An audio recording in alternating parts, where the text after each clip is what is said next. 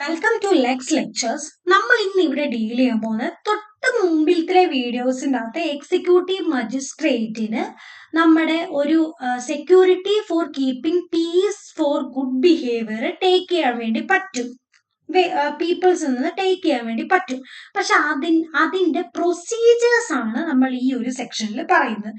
Section 130 to 143 of സംഹിത deals with procedure to be followed by the executive magistrate for taking security for keeping peace for good behavior. When the executive magistrate gets information on a police report or otherwise regarding the possibility of doing some act by a person which would result in breach of peace or of committing an offence for which the magistrate can demand security for good behavior, he may decide to proceed under section 126 to section 129 of Sanhita. ഇപ്പം ഒരു executive മജിസ്ട്രേറ്റിന് ഒരു police report വഴി information കിട്ടുകയാണ് ഒരു വ്യക്തിയാണെങ്കിൽ public പീസിനെ effect ചെയ്യുന്ന ഒരു കാര്യം കമ്മിറ്റ് ചെയ്യാൻ സാധ്യതയുണ്ട്, അല്ലെങ്കിൽ സെക്ഷൻ 126 to 129 അകത്ത് കണ്ടംപ്ലേറ്റ് ചെയ്യുന്ന ഒരു ക്രൈം കമ്മിറ്റ് ചെയ്യാൻ സാധ്യതയുണ്ട് എന്ന് ഇൻഫോർമേഷൻ കിട്ടിക്കഴിഞ്ഞാൽ ഫസ്റ്റ് എക്സിക്യൂട്ടീവ് മജിസ്ട്രേറ്റ് ഒരു റിട്ടൺ ഓർഡർ നമ്മുടെ ആ സസ്പെക്റ്റഡ് വ്യക്തിക്ക് ഇഷ്യൂ ചെയ്യും. എന്തിനു വേണ്ടിയാണ് ഈ റിട്ടൺ ഓർഡർ ഇഷ്യൂ ചെയ്യുന്നത്? ടു എക്സിക്യൂട്ട് എ ബോണ്ട് അല്ലെങ്കിൽ bail bond. Bond and bail bond തമ്മിലുള്ള വ്യത്യാസം എന്താണെന്ന് വെച്ചാൽ, ബോണ്ട് എന്ന് പറഞ്ഞാൽ ഒരു റിട്ടൺ എഗ്രിമെന്റ് ഒരു പേഴ്സൺ കൊടുക്കുന്നു എന്ന് പറഞ്ഞാൽ ഒരു സർട്ടൈൻ കാര്യം ചെയ്തോളാം എന്നും ഒരു സർട്ടൈൻ പീരീഡ് ഓഫ് ടൈമിന് ചെയ്തോളാം എന്ന് പറഞ്ഞു കൊടുക്കുന്നു. ഇവിടെ ബെയിൽ ബോണ്ട് എന്ന് പറഞ്ഞു കഴിഞ്ഞാൽ ഇപ്പോൾ ഒരു വ്യക്തിയെ ക്രൈമിന് വേണ്ടി അറസ്റ്റ് ചെയ്ത് കഴിഞ്ഞിട്ട് അദ്ദേഹത്തിന് ഒരു ബെയിൽ ബോണ്ട് ഇഷ്യൂ ചെയ്യാൻ പറ്റും. ഇപ്പോൾ ഒരു ബെയിൽ ബോണ്ട് ഓഫ് 50,000 ആണെന്ന് വിചാരിച്ചോ, അദ്ദേഹം അങ്ങനെ ഒരു ബെയിൽ ബോണ്ട് ഇഷ്യൂ ചെയ്യുന്നത് വഴി അദ്ദേഹം പ്രോമിസ് ചെയ്യുകയാണ് കോർട്ടിൽ ട്രയലിന്റെ ദിവസം റിട്ടേൺ ചെയ്തോളാം, വന്ന് അപ്പിയർ ചെയ്തോളാം എന്നുള്ള ഒരു പ്രോമിസ് കൊടുത്തിട്ടാണ് ഈ 50,000 ബെയിൽ ബോണ്ട് ഇഷ്യൂ ചെയ്യുന്നത്. അപ്പൊ ഇങ്ങനെ ഈ ഒരു പ്രോമിസിനെ എന്തെങ്കിലും ഒരു ബ്രീച്ച് വന്നു കഴിഞ്ഞാൽ ഈ നമ്മുടെ കോർട്ട് ഈ 50,000 രൂപ കീപ്പ് ചെയ്യും. അതിനെയാണ് നമ്മൾ ബെയിൽ ബോണ്ട് എന്ന് പറയുന്നത്. ബെയിൽ ബോണ്ട് എന്ന് പറഞ്ഞാൽ ഒരു അറസ്റ്റഡ് പേഴ്സണ് ഇഷ്യൂ ചെയ്യുന്ന ഒരു ബോണ്ടാണ് bail bond. Arrested person waiting for trial issue ചെയ്യുന്ന ഒരു ബോണ്ടാണ് ബെയിൽ ബോണ്ട്. അപ്പം ആദ്യമേ ഇങ്ങനെ എക്സിക്യൂട്ടീവ് മജിസ്ട്രേറ്റിന് പോലീസ് റിപ്പോർട്ട് വഴി ഇൻഫോർമേഷൻ കിട്ടി. അങ്ങനെ കിട്ടിക്കഴിയുമ്പോൾ ഫസ്റ്റ് എക്സിക്യൂട്ടീവ് മജിസ്ട്രേറ്റ് ഒരു റിട്ടൺ ഓർഡർ ആണ് നമ്മുടെ സസ്പെക്റ്റഡ് പേഴ്സണ് ഇഷ്യൂ ചെയ്യുന്നത് to execute a bond or bail bond. ഈ റിട്ടൺ ഓർഡർ അല്ലെങ്കിൽ ഈ പ്രിലിമിനറി ഓർഡറിൻ്റെ അകത്ത് സബ്സ്റ്റൻസ് ഓഫ് ഇൻഫോർമേഷൻ കാണും, എമൗണ്ട് ഓഫ് ബോണ്ട് കാണും, term for which bond should remain in force, number of sureties required after considering the sufficiency and fitness of sureties. നമ്മുടെ എല്ലാ ഇൻഫോർമേഷൻസും ഈ പ്രിലിമിനറി ഓർഡറിൽ കാണും. എമൗണ്ട് ഓഫ് ബോണ്ട് കാണും, ടേം ഫോർ ബോണ്ട് കാണും, നമ്പർ ഓഫ് ഷൂരിറ്റീസും കാണും. ഇങ്ങനെ ഒരു പ്രിലിമിനറി ഓർഡർ നമ്മൾ എന്താണ് സസ്പെക്റ്റഡ് പേഴ്സണ് ആദ്യമേ എക്സിക്യൂട്ടീവ് മജിസ്ട്രേറ്റ് ഇഷ്യൂ ചെയ്യും. അപ്പം ഈ കോർട്ടിൽ അദ്ദേഹം അപ്പോൾ ഉണ്ടെങ്കിൽ അദ്ദേഹത്തിന് ഈ കണ്ടന്റ് വായിച്ചു കേൾപ്പിക്കും. അദ്ദേഹം കോർട്ടിൽ ഇല്ലെങ്കിൽ അദ്ദേഹത്തിന് ഒരു സമൻസ് ഇഷ്യൂ ചെയ്യും. Fixing the date on which he should appear before magistrate will be issued to him.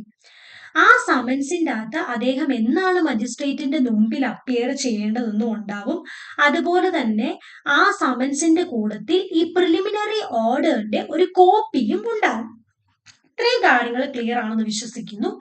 If we object, then the magistrate has to make an inquiry into the truth of information on which magistrate started proceeding. നമ്മളിപ്പോൾ ഇവിടെ എന്താണ് preliminary order issue ചെയ്തു, അത് കഴിഞ്ഞിട്ട് അദ്ദേഹം അവിടെ ഉണ്ടെങ്കിൽ അദ്ദേഹത്തിന് അത് വായിച്ച് കേൾപ്പിക്കുന്നു, അല്ലെങ്കിൽ സമൻസ് ഇഷ്യൂ ചെയ്യുന്നു. ഇതിന് ശേഷം ഇപ്പൊ നമ്മുടെ സസ്പെക്റ്റഡ് പേഴ്സണ് ഈ പ്രിലിമിനറി ഓർഡർ അല്ലെങ്കിൽ ഈ സമൻസിനെ ഒബ്ജക്റ്റ് ചെയ്യുകയാണെങ്കിൽ, ഒപ്പോസ് ചെയ്യുകയാണെങ്കിൽ, നമ്മുടെ മജിസ്ട്രേറ്റ് ആണെങ്കിൽ ഒരു ഇൻക്വയറി കണ്ടക്ട് ചെയ്യും. നമ്മുടെ എന്താണ് ഈ പറഞ്ഞ കാര്യങ്ങളൊക്കെ സത്യമാണോ എന്നറിയാൻ വേണ്ടി ഒരു ഇൻക്വയറി കണ്ടക്ട് ചെയ്യും. ഈ ഇൻക്വയറി സമയത്ത് ആ പേഴ്സണ് വേണമെങ്കിൽ ബെയിൽ എടുക്കാം. ബെയിൽ എടുത്തു കഴിഞ്ഞാൽ he will be at free ആയിരിക്കും during period of enquiry. Bail എടുത്തില്ലെങ്കിൽ അദ്ദേഹത്തിന് സബ് ജയിലിലേക്ക് റിമാൻഡ് ചെയ്യും ഡ്യൂറിങ് പീരിയഡ് ഓഫ് എൻക്വയറി. അദ്ദേഹം ഇപ്പൊ ബെയിൽ എടുത്തില്ല, ഈ എൻക്വയറി പീരീഡിൽ അദ്ദേഹം ബെയിൽ എടുത്തില്ലെന്ന് വിചാരിച്ചോ, അങ്ങനെയാണെങ്കിൽ സബ് ജയിലിലേക്ക് അദ്ദേഹത്തിനെ റിമാൻഡ് ചെയ്യും during period of enquiry. The inquiry is to be conducted by following the rules prescribed for trial of summons case. നമ്മുടെ ഒരു ട്രയൽ ഓഫ് സമൻസ് കേസ് നടക്കുമ്പോൾ നമ്മൾ ഫോളോ ചെയ്യുന്ന റൂൾസ് എന്തൊക്കെയാണോ ആ റൂൾസ് തന്നെയായിരിക്കും നമ്മുടെ ഇൻക്വയറി കണ്ടക്ട് ചെയ്യുമ്പോഴും നമ്മൾ ഫോളോ ചെയ്യുന്നത്. The police has to adduce evidence to prove that person against whom proceedings are initiated is likely to commit breach of peace or any of the crime contemplated in section 126 to 129. നമ്മുടെ ഇവിടുത്തെ suspected ആയിട്ടുള്ള ആ വ്യക്തി എന്താണ് പീസിനെ affect, നമ്മുടെ public പീസിനെ affect ചെയ്യുന്ന എന്തെങ്കിലും ഒരു കാര്യം ചെയ്യാൻ സാധ്യതയുണ്ട്, അല്ലെങ്കിൽ 126 to 129 അകത്ത് കണ്ടംപ്ലേറ്റ് ചെയ്ത് ക്രൈം ചെയ്യാൻ സാധ്യതയുണ്ടെന്നും പറഞ്ഞ് പ്രൂവ് ചെയ്യുന്ന തരത്തിൽ പോലീസ് എവിഡൻസ് അഡ്യൂസ് ചെയ്യണം.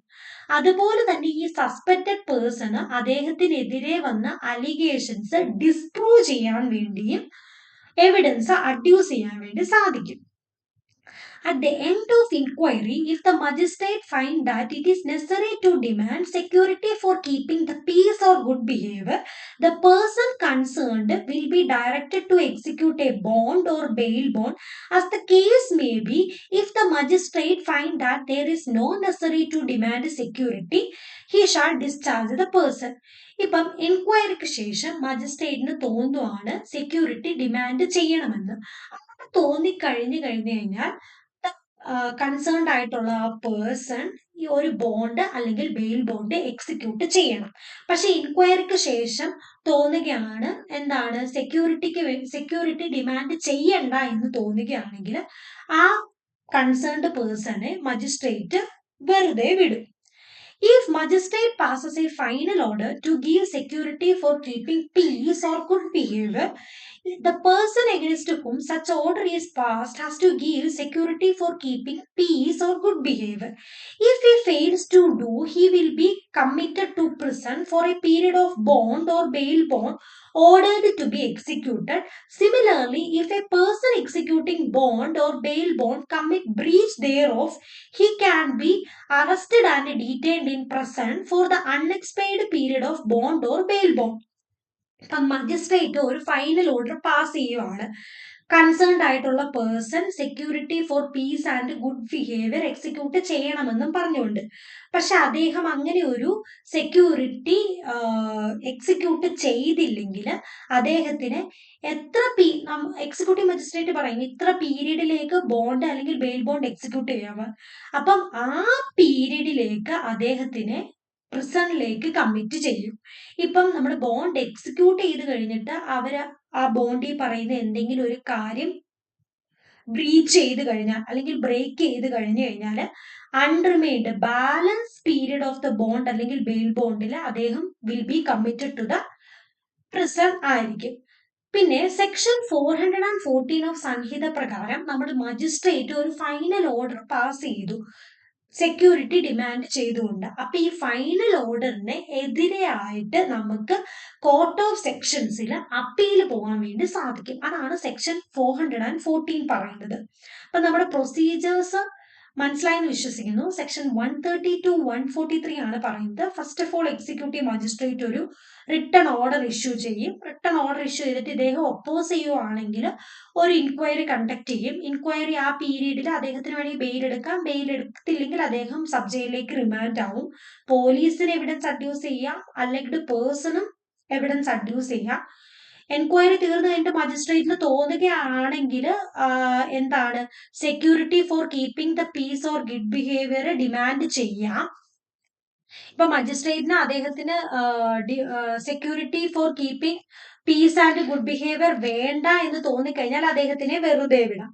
സെക്ഷൻ 414 പ്രകാരം ഇങ്ങനെ ഒരു ഫൈനൽ ഓർഡറിന്റെ എതിരെ നമുക്ക് അപ്പീൽ പോകാൻ വേണ്ടി സാധിക്കും in the court of sections. ഈ ഒരു സെക്ഷൻ ക്ലിയർ ആണെന്ന് വിശ്വസിക്കുന്നു. എന്തെങ്കിലും ഡൗട്ട് ഉണ്ടെങ്കിൽ കമന്റിൽ മെൻഷൻ ചെയ്യുക. ഈ വീഡിയോ യൂസ്ഫുൾ ആണെങ്കിൽ ലൈക്ക് ചെയ്യുക, സബ്സ്ക്രൈബ് ചെയ്യുക. Thank you.